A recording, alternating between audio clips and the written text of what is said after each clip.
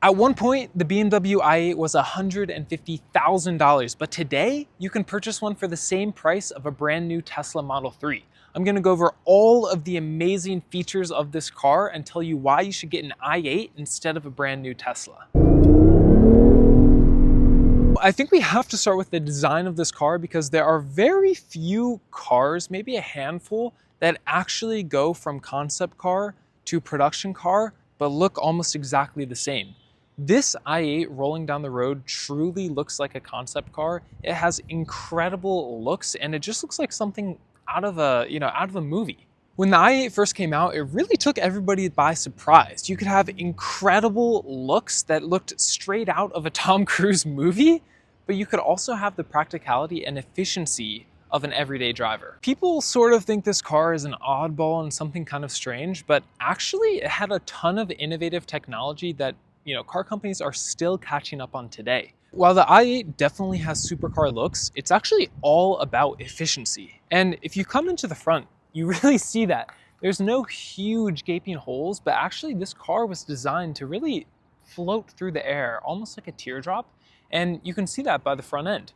You have a pretty low splitter that actually directs the wind around the car, making it an extremely efficient, fuel efficient car. And beyond that, you have just little air outlets right here that are kind of almost hidden in the front of the grille. And just coming over the hood, I think you have a really interesting point right here, which is actually a heat extractor. Now, because this is a hybrid vehicle, you have batteries in the front end, and there needs to be somewhere where all the heat can really dissipate. So what BMW did is actually put a massive hole right in the hood just to pull all the heat out from those electric engines. This car is finished in a beautiful white metallic with a ton of black accents. I think this panda color combination is definitely one of the best that suits the i8's curves really, really well. You have splashes of blue towards the front and also on the side, and I think ultimately it's just a really good color combination. Beyond that, you have the latest BMW technology.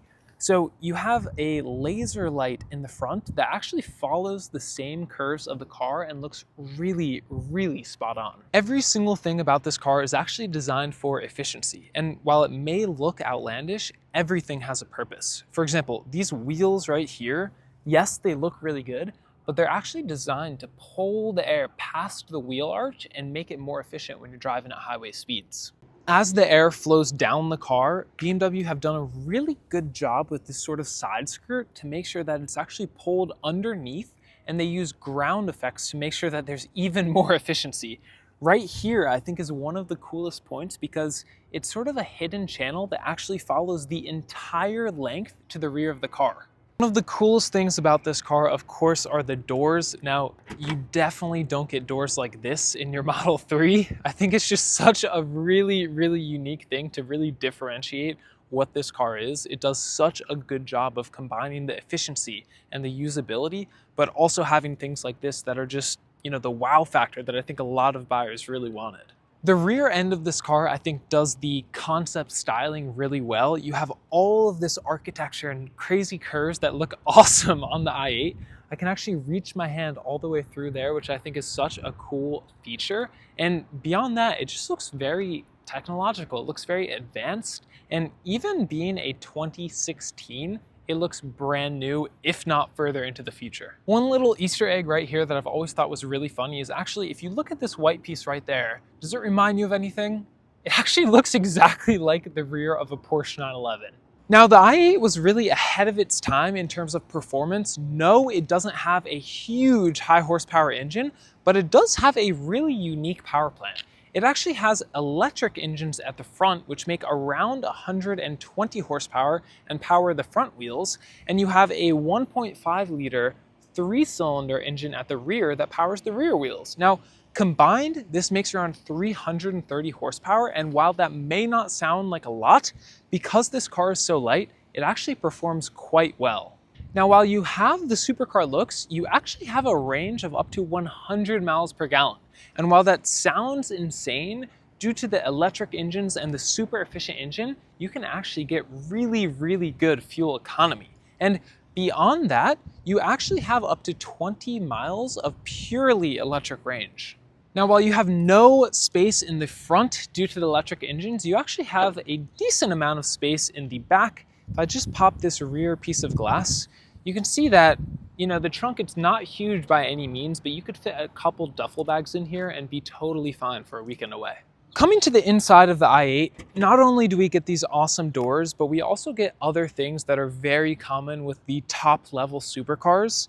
You can notice that the actual tub of the car and all along the doors, really all of the structural components of the i8 are made from a carbon fiber plastic reinforced material, which gives it a ton of structural integrity and also looks really, really cool to the eye. Getting into the i8 is definitely a little more challenging because of this tub and the fact that you have a door right there. But if you just sort of scoot in and just allow yourself really to fall in and then scoot your feet like that, you can get in. But I think you do have to do a little bit of gymnastics to be able to drive this car every single day. On the inside, you actually have a very similar fit and finish to all the other BMW model ranges. Anyone who's had a BMW will be very familiar with all of this. You have a nice looking steering wheel, and of course the normal BMW iDrive, the typical screen, and really everything else is just sort of generic BMW. I don't think that's a bad thing. BMW has a very nice quality and overall very good technology. One unique thing is the screen. If I just put my foot on the brake and start it up, you can hear those sounds right there. And you actually have a unique LCD screen that really is not in any other BMW other than the i8. It actually allows you to see all of your electric range, your gas, and you can flip through the different modes as well. So I can go into Eco Pro, which is only electric, and I can go into Sport, and that kicks on the engine there. But overall, it's exactly what you would expect from any other BMW. The seats are nothing incredibly special, but they are pretty comfortable, and you have some nice bolstering here to keep you in your place. The rear seats, as you can see, I just don't think would fit anything other than an infant, but overall the packaging of the i8 is done really, really well. You do have a cup holder there, which I think is a nice little added benefit, some storage in the middle, but if you know BMWs, you're going to be right at home here. Setting off in the i8, I'm in complete electric mode, and this is because I'm in Eco Pro mode, so it actually prioritizes being efficient over everything else. So right now the combustion engine is not on at all. I'm driving in complete electricity, but if I accelerate a little, I'm still wafting away like nothing else. This car definitely has plenty of passing power, and is not slow at all, even in electric mode. So I think that's definitely a plus for this car. But if I push this little button right here, I go into comfort.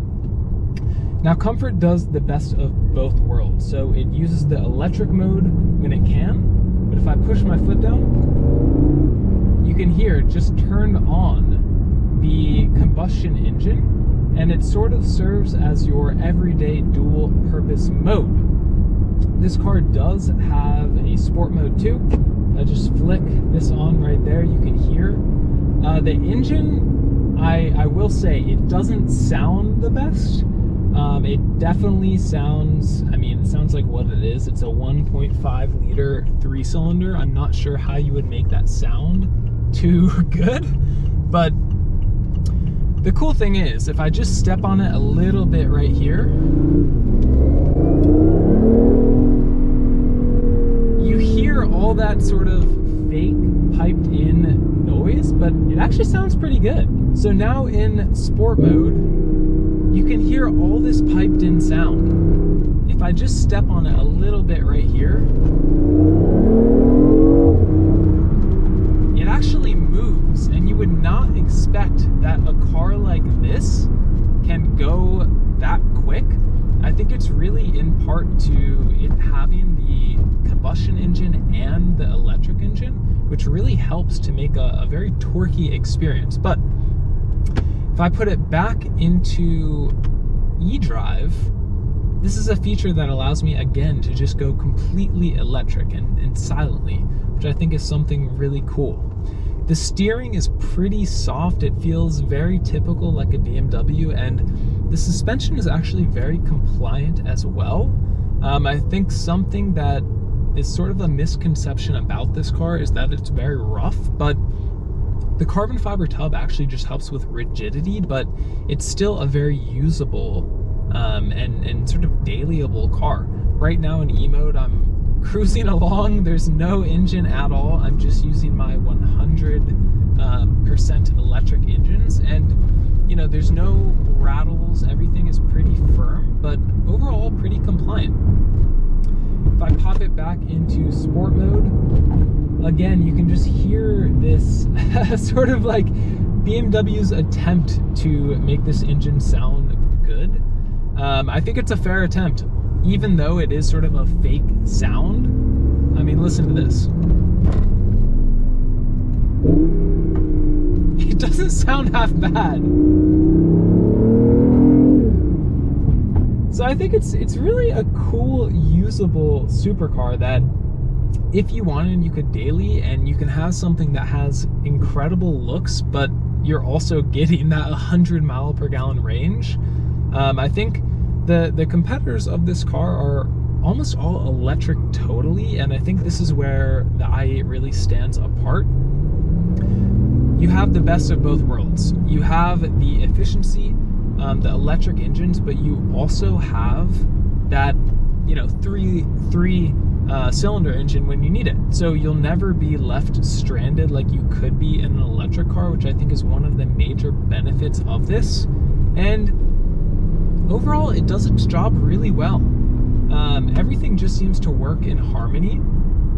Putting it back in comfort mode, it uses both the electric engine and the actual combustion engine, and it doesn't feel like it's fighting each other. It doesn't feel like it's, you know, not really supposed to work, but everything works in tandem really well.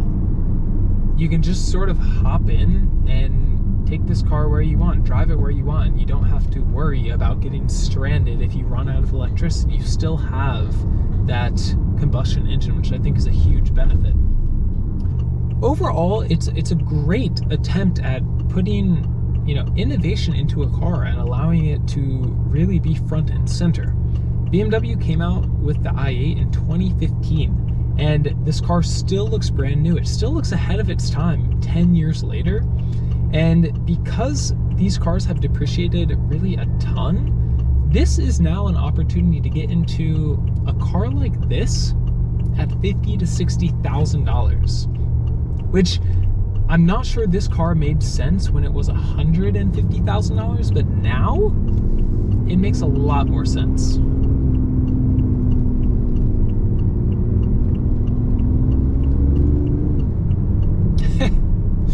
It really is an interesting vehicle to drive. There's lots of stuff going on. Let me put it back into eDrive just for this last little section. You notice this just popped over automatically, which I think is pretty cool. But yeah, overall, this car is a really usable and pretty cool thing to drive every day. You have the supercar looks, you have the cool doors, and you have an efficiency which most supercars will not give you. You'll be lucky if you get 15 miles per gallon in a supercar, but with this, you can expect almost 100, which I just think is insane. I want to thank my friend Henry for allowing me to film his amazing i8. This car is currently for sale, so if you're interested, definitely shoot me an email. But I think it really begs the question.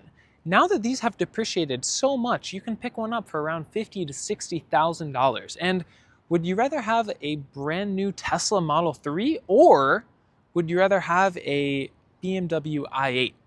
I think the supercar styling, the doors, the amazing sort of innovative power plant definitely give this car a lot of value for your money. So I'll leave it to you. Let me know which one you'd rather have. More videos to come. Thank you so much for watching.